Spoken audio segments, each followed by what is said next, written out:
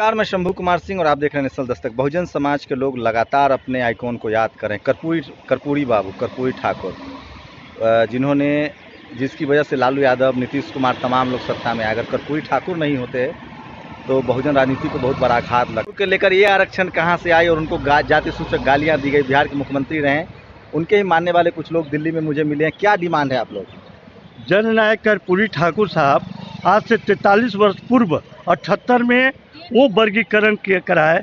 आज क्या कारण है कि जस्टिस रोहिणी कमीशन 2 अक्टूबर 2017 को बनी और कौन सी कमियां रह गई जो वर्गीकरण के सवाल पर आज वो वर्गीकरण के सवाल पर जस्टिस रोहिणी कमीशन भी वो लंबी समय लेकर के भाग रही है।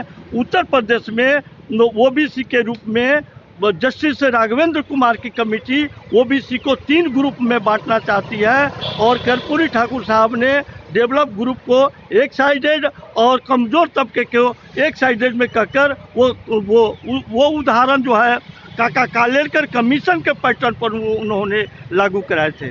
आज उसी पैटर्न पर राघवेंद्र कुमार कमेटी से भी मैं रिक्वेस्ट करूंगा कि वो कर्पूरी फार्मूला के तर्ज पर ही 2 वर्गों में उत्तर प्रदेश में लागू कराया जाए और केंद्रीय स्तर पर जस्टिस रोहिणी कमीशन जो है 2663 जातियों को 2 ग्रुप में वर्गीकरण कराने के लिए ही समय लेकर नहीं भागा जाए। समय पर समय कोरोना के बहाना करके आज जो जा रहे हैं आगे बढ़ते जा रहे हैं। मैं उसी के लिए कि समय पिछले 21 जनवरी 2021 तक टाइम था। आज वो 15 दिन के अंतराल में हम लोग 16 और 17 फरवरी को जंतर मंतर पर इसी फार्मूला को लागू कराने के लिए ही कर्पूरी जी के जो फार्मूला है उसी पैटर्न पर लागू हो, इसी मंशा को लेकर बीजेपी से उम्मीद है कि वो ओबीसी को अधिकार देगी।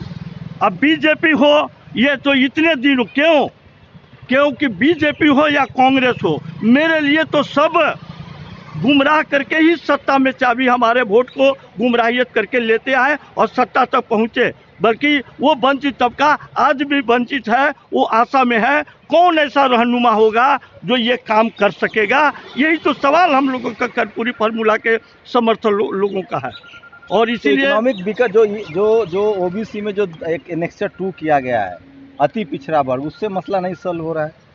अत्यंत पीछा इसीलिए नहीं हो रहा है कि हमारे लोग दबे कुचले कमज़ोर हैं। वो परिवार के आगे, मजदूरी के आगे, समाज की कमजोरी के आगे वो रणनीति में, राजनीतिक सत्ता में बढ़ चढ़ के हिस्सा नहीं ले पाती है। तो उनको विशेष व्यवस्था कराने की जरूरत है। उनको ये एक बड़ा समस्या है। हजारों जातियों को बाबा साहब ने SC ST OBC माइनॉरिटी का दर्जा दिया, संविधान में प्रावधान किया, लेकिन आज हकीकत ये है कि ओबीसी के नाम पर भी ओबीसी की जो, लेकिन आप लोग यूनिटी नहीं बना पा रहे। ओबीसी में ही आपस में फूट डालेंगे तो कैसे? अब ओबीसी में फूट डालने के जो शंभू बाबू का जो नेशनल दस्तक का सवाल आ रहा है, मैं इनसे पूछना चाहूँगा कि 1952 से आज 2020 तक के बिहार के चुनाव हैं, कितने प्रतिनिधि डेवलप ओबीसी के गए? और ये आज देखा जाए अभी चुनाव हाल फिलहाल में हुआ है, वो बीजेपी हो या कोई भी पार्टियां हो, वो 10 से 15 से अधिक नहीं पारा गया जो दबे कुचले लोगों का। यही तो अन्याय हो रहा है,